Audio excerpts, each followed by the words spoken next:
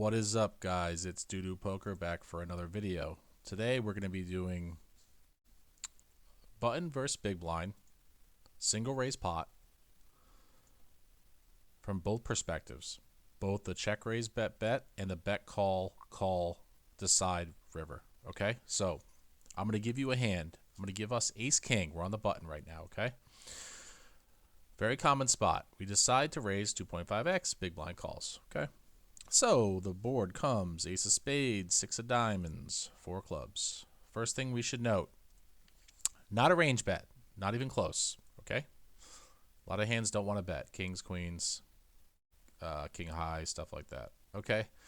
But we have ace king. We like our hand. We're going to bet 1/3.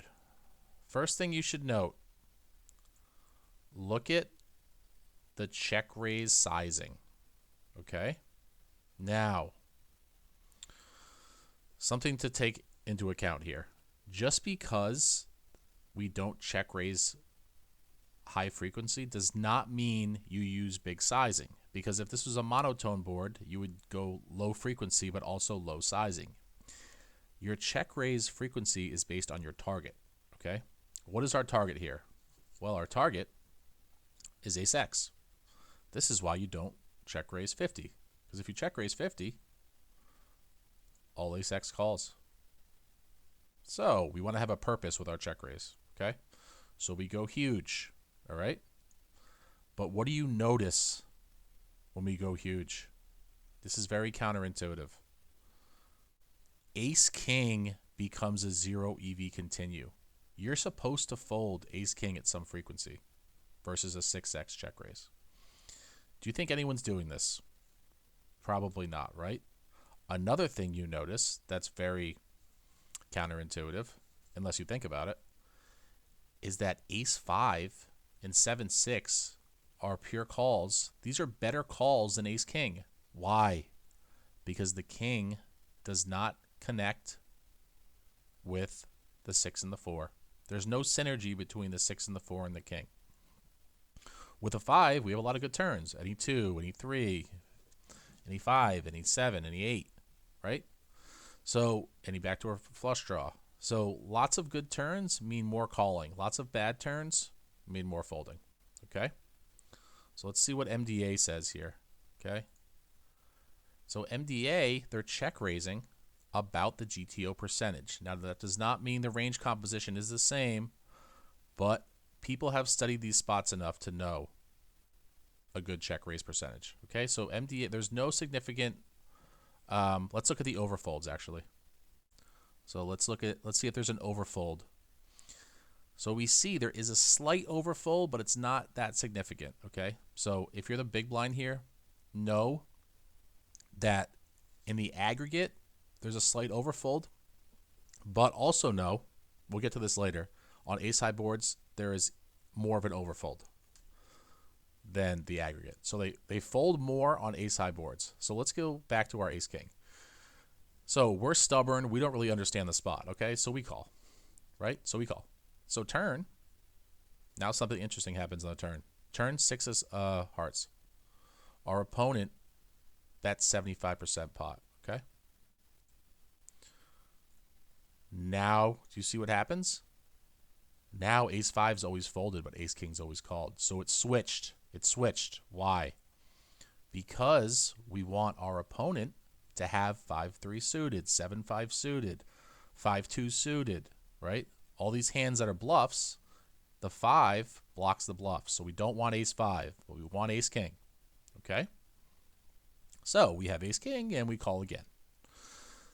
Now, we get to the river. River's a 10. Our opponent jams all in. Okay, so we have ace king. So I'm going to ask you a question. Do you think we should call or fold here? And don't tell me RNG. You only RNG when you don't understand the spot or you don't have MDA for the spot. But we have MDA, so we can be better than an RNG. So let's look at the whole range. Let's back up a minute and look at the whole range. Do you think ace 10 is folding if you're the big blind now? I'm switching back and forth because I'm doing both perspectives. Do you think ace 10 folds? Probably not. Do you think 6-5 trips folds? Probably not, right? I don't really see 6-5 folding ever. Okay. So, let's go back because everything connects. Okay? So, let's go to MDA for check raise bet bet, okay? Oh, actually, I'm going to show you this too. This is the turn.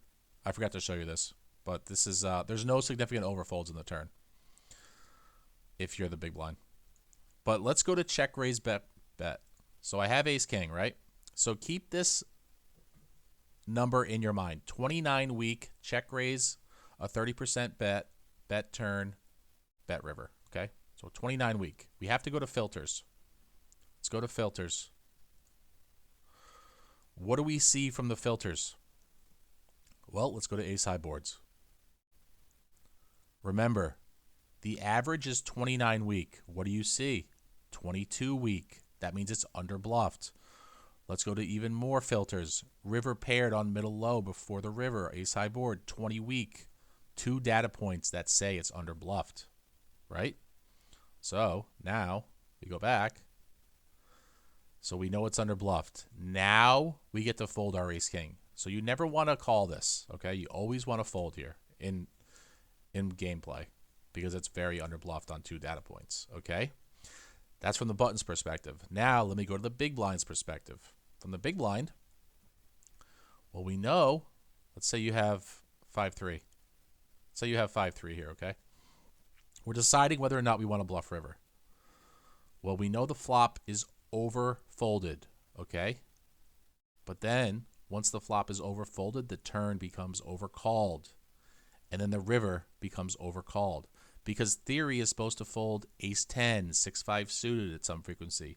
Population is not doing that. Population is not going to fold ace-10. Population is not going to fold 6-5. Population might not even fold ace-king. Very likely not, right? So all these hands are going to call you, so you should not bluff. So now we know, once you understand the theory and you combine it with the MDA, you become bulletproof because you understand from every direction. Okay, so now in the future, if we have ace king on the button versus a check raise bet bet, we fold. And if we're the big blind and we're deciding whether or not to bluff river, we never bluff because they're going to overcall. All right, guys. I know there was a lot to take in, but it was fun, and hopefully everyone learned something, and I will see you in the next video.